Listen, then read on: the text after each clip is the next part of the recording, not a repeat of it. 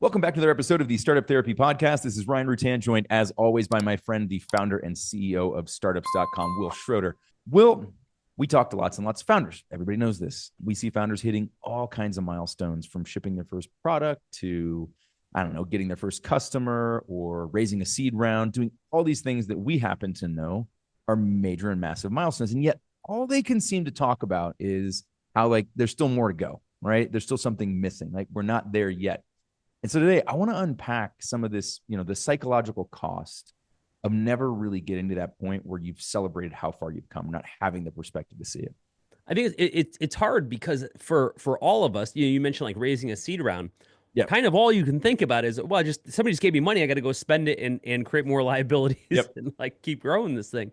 And that's just if you're raising money. If you're not, you're in a different boat. We're like, well, there's just so much I don't have, right? Yeah. I need all these resources. That's the nature of it. But I think where we get caught, and certainly I've been a victim of this, and Ryan, I'd love to hear your thoughts too, is even when we're successful, even when things go well, we don't really appreciate how unique that success is. Or even within the startup world, I think this is fascinating. We don't appreciate, even if we get to $100,000 of ARR, how few people actually do that. We keep thinking, well, we're not at Amazon level. Yeah, but neither is 99% of the rest of the world, and you're actually ahead of them.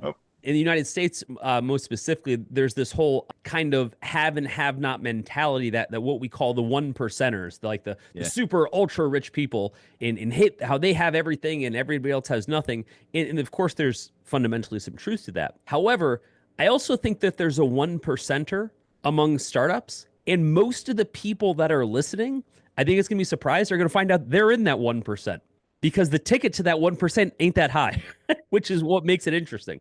Yeah, it is. But it's so rarely celebrated. As I go back in my own history and things that you and I know to celebrate at this point, we have talked about some of these things, right? I go back to little moments. The big ones are obvious, right? Selling the agency. Yeah. Right. When I sold the agency, it was a big deal, and celebrated it, and I understood it. But even within that, it was cool at the moment, and I understood it was a big deal and I should celebrate it. And I did. But then as time went on, I started to compare it. Right. You and I both sold agencies, right? Kind of near the same time. Mine is a rounding error compared to yours. And mine's a rounding error compared to US Web or somebody who's a big deal. Right. So there's always some comparison. That's the funny thing about the 1%. That 1% stretches across a really, really big spectrum of outcomes and achievements. But I was perfectly happy with it as long as I wasn't comparing it. But at the time, there were a lot of other wonderful little milestones, like getting that first client, right? Getting the first client. Even the second one was actually the big trick, because the first one came to me. The second one I had to go find. Going from $300 for the first job to getting up to that $5,000 mark, to getting to a $50,000, to getting to a $500,000 project, right? Those were huge milestones. At the time, I didn't really pay much attention to it. It just felt like, okay, that's just what I needed to go do.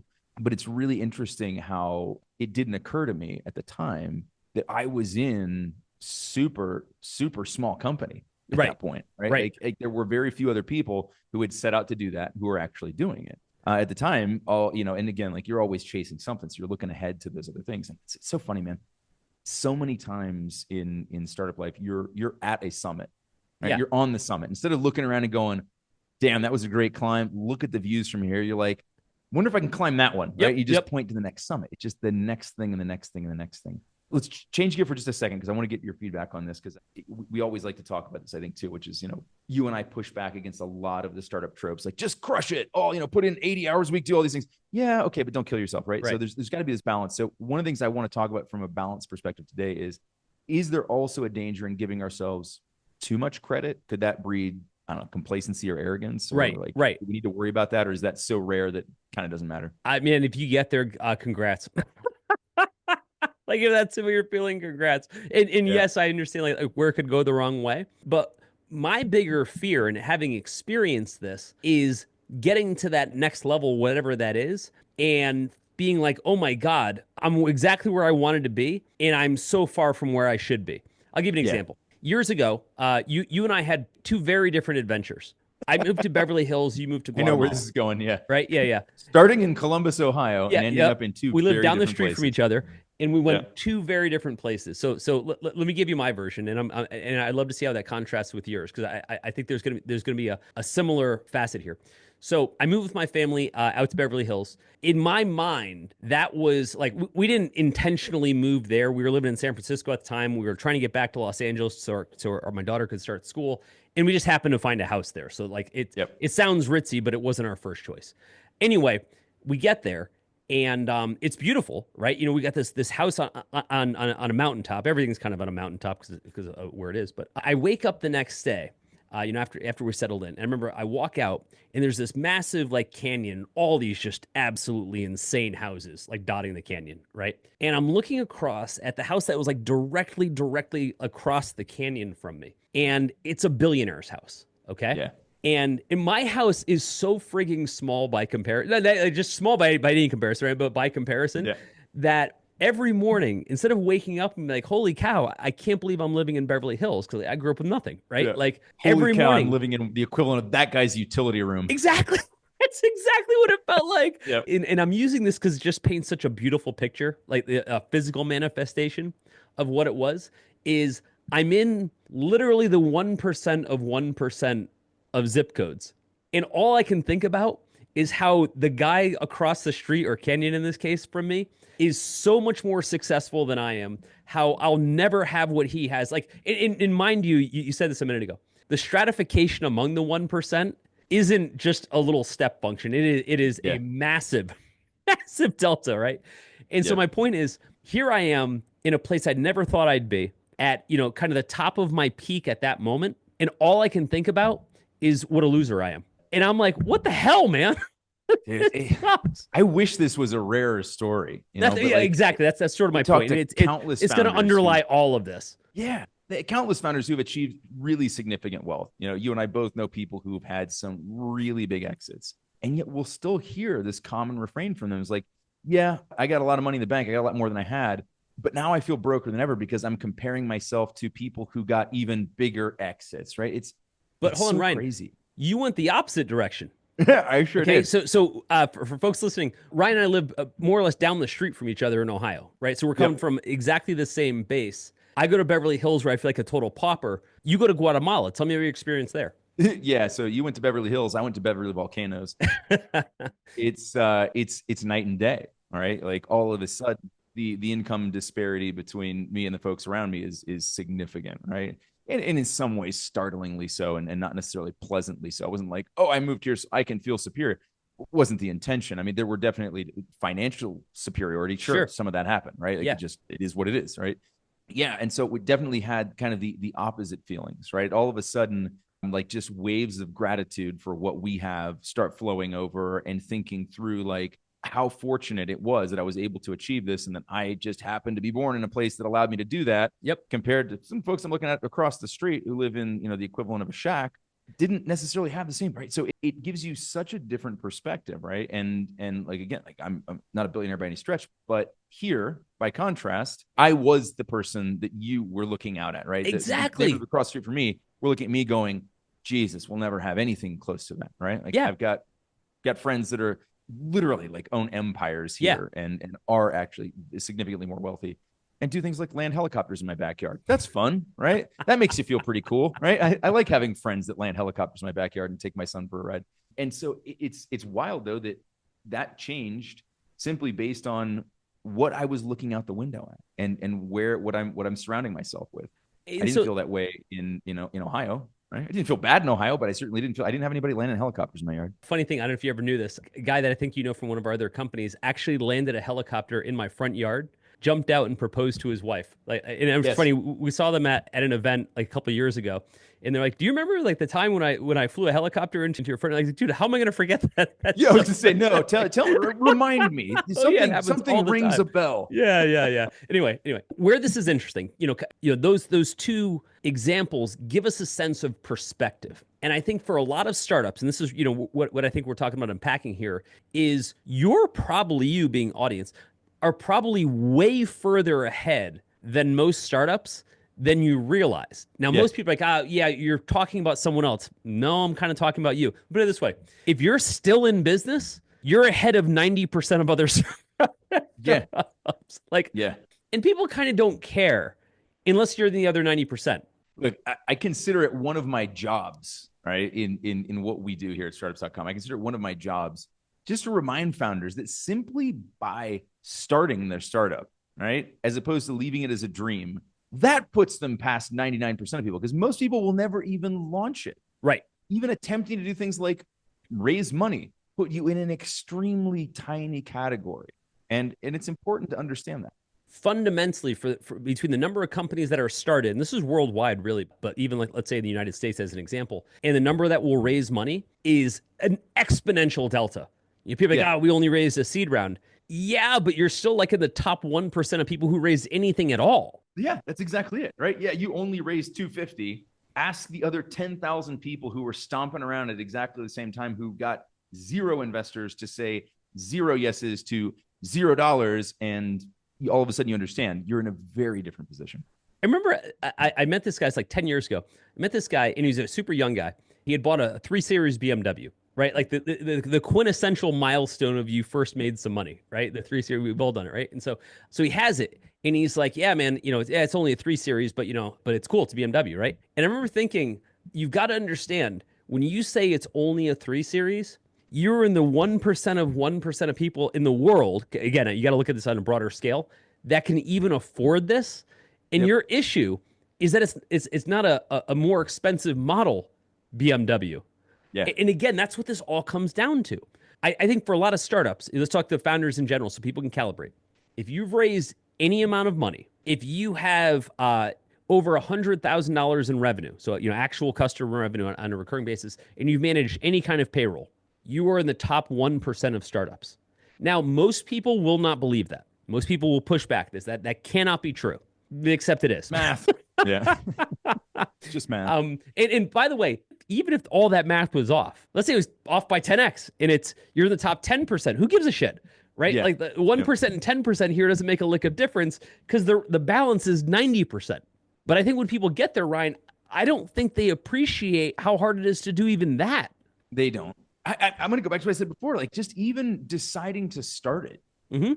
Just deciding to dedicate most of your time to this thing and actually put it out there and breathe some life into it, regardless of how far it makes it, that alone puts you in a 1% category, right? And not 1% of operating startups, but 1%, because 1% of people that have a dream of starting a company actually do anything about it. Let me build on that. Now let's talk about being in the 1% of the 1%, right? Yeah. The 0.01%, which doesn't sound cool. It needs like a cool unicorn style name. If you use the word not instead of zero, I always find that to be appealing. What's that? Not. NAUGHT. Oh. Like not instead of, just use not. Not one. Yeah. We have to build on that one. So in order to get to that, the 1% of 1%, you would have had to raise from a brand name VC. And brand doesn't have to be Sequoia and Andreessen. It could be, Bessemer is, great firm, whatever. You'd have to have raised from a name brand VC. You'd have to hit at least $1 million in revenue. Remember, a lot of people who raise never actually get any revenue. So that's a whole thing. Yeah. You'd have to have scaled a team. And this is the key one, actually. You'd have to be in business for more than 5 years. 1 in 10,000 founders, 0.01%, 1% of 1%, will ever get there. 1 in 10,000 founders. Now, here's what's interesting. When you get there, it never feels that good, because just getting there doesn't mean you succeeded, right? In the traditional sense. But this is where we're saying the fact that you even made it that far up the mountain is insane. You're like, whoa, I didn't get to the peak. Okay, but do you understand that everybody else is dead along the path and you're the only person still alive? Doesn't necessarily feel good at that point, though, right? Like this is the other analogy I've heard you use is like, winning silver. Right? Yeah, right. You win a silver medal. You still made it to the bloody Olympics, right? And yet all you can look at is that the difference between what I did and that little more I could have done. I remember, growing up, started playing soccer when I was 6 years old. As soon as we moved to Florida when I was a kid, moved back to Ohio, continued playing, moved up through the ranks there, started playing, traveling, then Olympic development, and was really competitive. And I was king shit of my own little kingdom, right? Like I was the guy that I knew that played really well. Certainly in my own little small town, I was like several levels above because I'd had the opportunity to go and do it. And I'd played elsewhere. A lot of those guys had never played before until they didn't make the American football team. And they were like, let me go play soccer instead.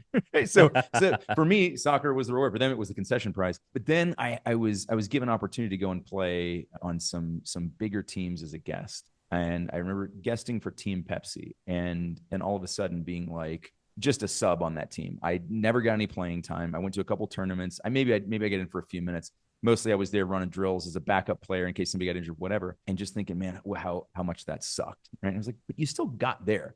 All of a sudden, all that achievement that I'd had, and then again, by comparison, and it was deservedly so. Like I wasn't nearly as good as those people were. I'm still a great soccer player. But all of a sudden, I felt like I didn't belong there. Like, why am I even playing this game? Like, there's a whole different level that I can never achieve. And some of those guys went on to play like the national level, went on to play pro. So like, it wasn't as if I was up against a bunch of schlubs, but it wouldn't have mattered even if I had been. Like, until that moment, I had felt great about what I had accomplished. Yep. And then all of a sudden, it's like it was taken away from me because somebody moved the finish line. And how crazy is that? Going back to like, some of these founders that we know that have exited, and some of these folks, in this 1% of 1%, it's like we set a finish line. And then the second we get there, we just move it ahead. We're like, I'm trying to get to this point. And then the second you get there, just throw that thing another couple hundred meters in front of myself. I think part of it is we believe that it doesn't matter if we got to that 1%, that, hey, maybe I raised money or I didn't go out of business. Unless I have whatever I picture to be a successful outcome, usually a monetary outcome on top of that, then that's all just talk. I just don't care. And I get that. I get it. I've been there, right? So I get it. My response to that, though, is, and Ryan, this actually aligns with exactly what you just said about being a soccer player, but understand that you've absolutely quantifiably proven that you're an elite athlete. Okay, so let's go back to the Olympics example, right? Because I think that's a perfect example. Olympian goes out, first off, makes it to the Olympics, right? Which that alone is bananas. And then let's say makes it and gets a silver medal and comes home disappointed. Now, obviously, if you're an athlete at that level, you compete at that level because winning the gold, winning the top prize is what you intend to do. If you didn't, you wouldn't have gotten to that level. Okay, so you have to be in that mentality. And I get that. We're in the same boat with what we do with startups. Like, we have to be in a winning mentality or we wouldn't be doing this, okay? Because nobody pays us whether we do it or not. Like, we have to make that money. Silver level winner, okay? Coming home all disappointed. Here would be my response to them. There are 135 million active skiers, okay? You are in the 0.00001% of those skiers, which means you're better than 135 million skiers other than one. Other than one. And that could have just been the difference of a day. Yeah, so on that particular day, in that particular event. Yeah. Something that's really funny about everything we talk about here is that none of it is new. Everything you're dealing with right now has been done 1,000 times before you, which means the answer already exists. You may just not know it, but that's okay. That's kind of what we're here to do. We talk about this stuff on the show, but we actually solve these problems all day long at groups.startups.com. So if any of this sounds familiar, stop guessing about what to do. Let us just give you the answers to the test and be done with it. Think about that for a second. If you're going home, and carry this analogy, if you're going home and you're like, I'm such a loser, number one, what does that say to all the 135 million skiers, okay? But number two, here's what's most important. You have proven, this goes back to exactly what you just said about soccer, you have proven that you have an elite level of skill. And I think where that gets lost the most, Ryan, is when somebody fails. I'll give you an example, right? We both know this. We talked to lots of founders who couldn't get to their next funding round or, whatever series of conditions, they've got to close shop. And of course you feel like shit. I get that. However, I make it a point wherever possible to reach out to those founders. Sometimes I don't even know them, by the way. And I say, I want to remind you, founder to founder, that you are in the 0.0001% of founders that do what we do. And maybe it didn't turn out the way you wanted. You didn't get Olympic gold. Don't forget for a second the quality of athlete you are, because you need to go do it again, because there are statistically very few of you. And I think that's a powerful message. It's a super powerful message, and I'm sure that you always get amazing response to that, because in that moment, that's absolutely what they need to hear. They need to be reminded of that. I get a lot of go fuck yourself. I'm kidding. Never mind. Yeah, all those things I said. Yeah. You deserve to lose. Take your Hallmark reading and go fuck yourself. Be careful not to break your teeth on the silver medal, asshole. Let's play devil's advocacy for a second here. Yeah. Because I guess we talked about this before. Like a few weeks ago, we talked about, fear being a motivator and kind of a good one for founders in some ways. Could we argue that it's this dissatisfaction, this is what keep the top performers going, right? So if you're in second place, you find yourself in second place, that you want to beat number one. And is that healthy? I think ambition and gratitude are not at polar ends. I don't think you're either ambitious or grateful. I think the goal is to be ambitious and grateful. Yeah. And I think it's really hard to do. It's really hard to do because a lot of ambition is founded in what you don't have, right? So it's hard to say I'm good with what I have, and yet I'm going to kill myself to get something I don't have at the same time. It's possible. I've certainly been working on it, in the years that ensued, but it's hard. It's way harder than people give it credit for. Have you found it difficult? I have. I've found it difficult that when I'm actively working on something, I'm building and I'm chasing after something, I have found it hard. I'm getting significantly better at it as I age, but it was always significantly hard for me to be grateful as I was working on something. Right. Yeah, so there was sort of like, that's the point. I could build and I could grow and I could achieve, and then I could stop back and kind of relax a little to the extent that we can and feel a little gratitude over it. But historically, I found it extremely hard to balance those two things at the same time, right? I could sort of work my ass off and then be grateful for what I achieved from working my ass off, but it was hard to work my ass off and be grateful at the same time, to like create that space for gratitude. And again, like something I'm getting way better at as we figure out a lot more about work-life balance, work-life blend, and all that stuff. One of the places that I've actually had a lot of success with this recently in the last couple of years is with my family, with my kids. We do the thing at the dinner table. We just do gratitude, right? And it doesn't have to be scripted or like pointed in a certain direction, but we just go around the table, like almost like Thanksgiving, right? And we say, hey, what were you grateful for today? And it can be totally minor, right? In many cases it is. What's fascinating about it is that what comes out of our kids' mouths are always the simplest things. My son will be like, Dad, I love that you told me you were proud of me today. Yeah. Yep. It's the little stuff. And what's bananas about that is like, that was the top of his list. He wasn't like, Dad, I'm glad we made some money so I could buy a thing, right? That comes up almost never. And yet how much energy gets expended for that outcome. Yeah. I told you the one Jack shared with me recently, which he just walked in. I didn't even ask him. He just walked in and announced, Dad, I'm glad you're home when I get home. Right? I felt good. Like, not only is he happy, he recognizes the fact that I'm there. We also have a dinner time tradition, and I suppose there's some gratitude involved. But in our case, I just ask my kids how many goals they scored in after-school soccer, and the one that scored the most gets to eat, and the other two have to wait till tomorrow. I love it. You have the Spartan way of life. But what's interesting is, again, this concept of gratitude. I think gratitude takes some practice, meaning you have to actively do it, like work that muscle. But part of it, too, I think is a reinforcing mechanism. So let me build on that. Let's say that I was your coach at that point. You were subbing on that soccer team, right? Yep. Like back in the day. My advice to former you or younger you would be, even if you're not starting, you were good enough to be in this arena right now. So show up every day like you're a starter. Don't show up every day like you're the guy that is outside the stadium. You're inside the stadium, right? Act like it.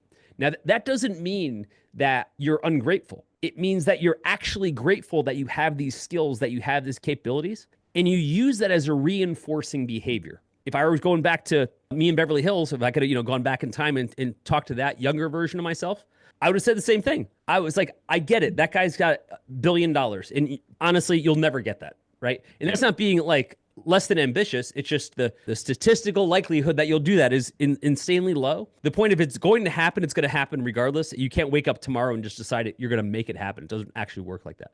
But my point is, I would have said, what you need to do is you need to look at that guy's house and say, good for him. And then turn around and look at your house and say, but good for me.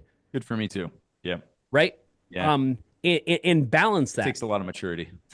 Which I didn't have. The point of this episode is we go through, particularly the founder journey, feeling like an imposter, feeling like shit, because we actually don't have a lot of tools that allow us to measure progress that isn't just exponential outcome. Let's say we were running a marathon, which, metaphorically we are. We're running a marathon. It's hard for us to be able to look back and see that 99% of the rest of the runners are behind us. And there's like 5 people in front of us. We can't picture that. If we could, I bet we'd feel a lot different. I would think so. And I think it's interesting. And you've had the experience now of kind of having gone and come back and gained the perspective. And so I think part of it's a maturity thing. Part of it's an opportunity thing too, right? Which is to have seen kind of both sides of that and understand, like, truly, again, like being able to contrast it, like me being able to contrast what life in Ohio was like versus what life in Antigua has been like, and getting ready to compare it to what life in Madrid is going to be like, where I'll be moving back towards the other end of the spectrum in a lot of ways. And so I think that that's a huge part of it. And I think that perspective is a huge piece for me, at least. And it's what's allowed like that gratitude to start to enter even while still working on things. And while I can, and having the ability to look and see what other people are doing and go, great for them. Right? Yeah. Because the other thing, and that we've talked about this in 100 other ways and on other episodes, but when you just end up comparing yourself to the Instagram version of what you're seeing, right? You're like, oh man, I'll never have that. I'll never get this. Yeah, you also didn't do all the things that person did, right? Right. We have no idea. It's so hard until you've walked all the miles in the shoes, right? You can't expect to end up at the same spot. But that's really hard.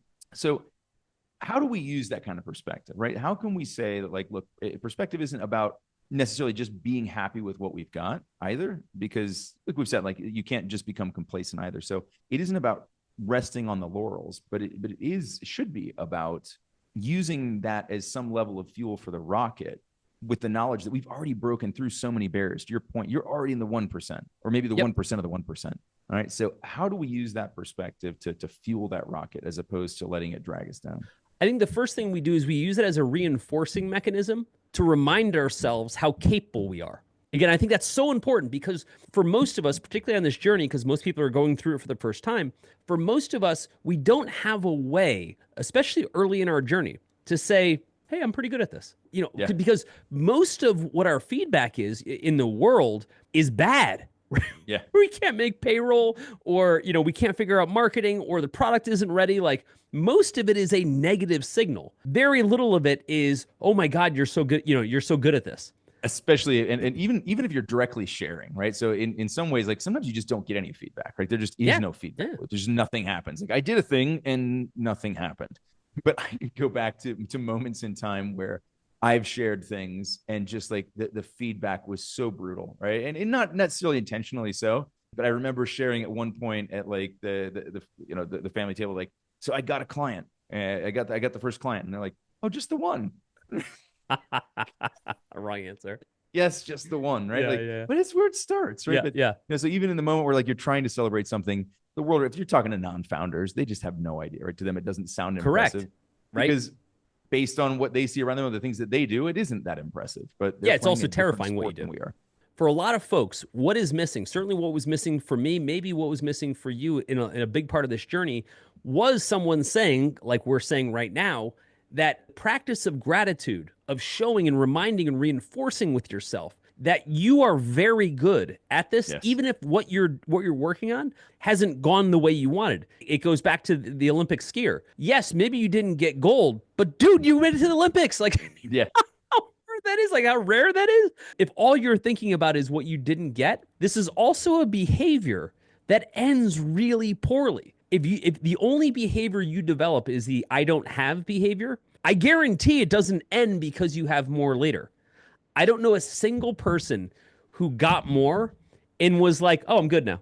All I saw in every case, it's actually the curse of the exited founder, which is once you achieve that exit, that becomes your baseline, and you are absolutely tortured with the idea that you have to improve that or you're not good enough, which is the biggest irony. Hysterical, given that we can define that baseline wherever we want. And yet we always seem to like to put it just out of reach, whatever we've accomplished. We'll build a whole new ladder just so there's a rung we haven't reached yet. And that's the point, man. I got to say, like, in the past few years where I've really been trying to kind of change the course of my own ship is I've been trying to be far more reinforcing about the good than constantly critical of the bad. Like, I don't need a lesson in ambition. Like that thing's built in, right? Like I don't have any point where I become complacent. Like I couldn't if I tried. Complacency isn't really my issue. It's gratitude. Where if I keep moving forward in this, I have to keep filling this bottomless pit without ever leveling up with gratitude, then I'll always lose. I'll always lose. Like it doesn't matter if I get to the next thing. I can already tell you it's going to suck. Right? Yeah, for sure. And that's what I'm trying to head off at the pass, not the ambition along the way. I'll always want to build something new. That's fine. because you've had this contrast now, right? So you've used a literally changed your physical environment twice now, more than that, but twice in terms of the example that we're giving. You went from Ohio to Beverly Hills, you went from Beverly Hills back to Ohio. And that drastically, in both cases, drastically changed your baseline for comparison. And then that baseline might be different for some people. But I think there's this notion that sort of like less exposure to extremes can help to reset that perspective, or being in a different position within the extreme can change that. But one of the things that I've been curious about and I've never asked you is, having now come back and your baseline is now changed. Yeah. And you're more grateful for what you have, and you're able to be satisfied with what you've accomplished. Do you think if you went back to Beverly Hills tomorrow, the next day, I'll give you a couple days to pack, you get there, do you think you'd have the same issue? If you look out the window and now you see that billionaire's house, have you leveled up in your ability to draw appropriate comparison? Or is it simply avoidance, right? Is it just like, well, I just won't put that in front of me, right? If there's no pudding in front of me, I won't eat the pudding, right? The dieter's dilemma. Right. So do I just avoid, or have I developed a different level of self-understanding and catharsis so that I don't have to react to it in that way? Where do you feel like you landed on that one? I've definitely leveled up in the right way. If I were to wake up tomorrow in that same place and look at that same person's house, my response would be, good for them. That'll never be me. And that doesn't matter, because then I'd turn around and look at my own house and be like, I'm good. And I think that was probably, for me, psychologically, one of the most important unlocks in my founder journey was being good with what I got, right? Yep. Not complacent, right? And my life's been great. So I'm certainly not settling, in any means either. But for the first time in my life, I'm finally looking at things saying, I just don't need more, right? In other words, like, yes, there is more. There's always more. I just don't actually need it. And it's not because I'm living like some super humble lifestyle. It's because I've been to this show so many times, right? The Beverly Hills thing, where I'm like, dude, I've done that. Like, I know exactly how that ends, right? It ends with me just being like, yeah, okay, now what? And it's that circle, that cycle that I need to get out of, because you can't fix it. It never ends, and it ends in misery every time. It's a great reinforcement that this does really all come down to perspective, because a huge part of what changed the perspective for both of us was just literally changing our physical perspective. We just moved somewhere different, literally had a different view out the window, and it changed how we felt about this. For the founders who are out there right now, let's just say that they're not even sure if they're in the 1%, my 1%, because they're starting and they're trying to do something. Let's just say they're somewhere in that ground, somewhere between the 1% and the 1% of the 1%. What's the big takeaway here? Like, what do you want people to feel? What do you want people to walk away with today? I think we all need to realize we've crossed a finish line. Okay, because if we feel like, oh, I'll cross the finish line when I exit, you've already lost. Because I guarantee if that's your only finish line, statistically you won't get there anyway. But more importantly, once you do, if you've not built a habit of gratitude for each of the milestones, it won't matter. And if you start exactly it, right? Yeah. No outcome, right? And if you start with that mentality now, like, it doesn't matter what I've done, that doesn't mean shit. I have to do the next thing. That's the problem. Yes, by all means, be ambitious and go attack life, but do it with gratitude. And Ryan, I think, if I were to zoom out and say, how did I solve the Beverly Hills problem, so to speak, which sounds like the most first world problem of all time. How did I solve it? I changed my perspective. I changed my level of gratitude so that I could be anywhere, right? I live in Ohio now, and I love it. I've never been happier. I've never had more gratitude. My life's never been easier. It's phenomenal, right? This is the Beverly Hills for what I need in my life, and I'm so thankful for that. And it didn't take some massive exit. It didn't take some entire life change. All that changed for me through this entire thing, through this entire journey that made me whole, was just changing my perspective. Overthinking your startup because you're going it alone? You don't have to, and honestly, you shouldn't, because instead, you can learn directly from peers who've been in your shoes. Connect with bootstrapped founders and the advisors helping them win in the Startups.com community. Check out the Startups.com community at www.startups.com to see if it's for you. Could be just the thing you need. I hope to see you inside.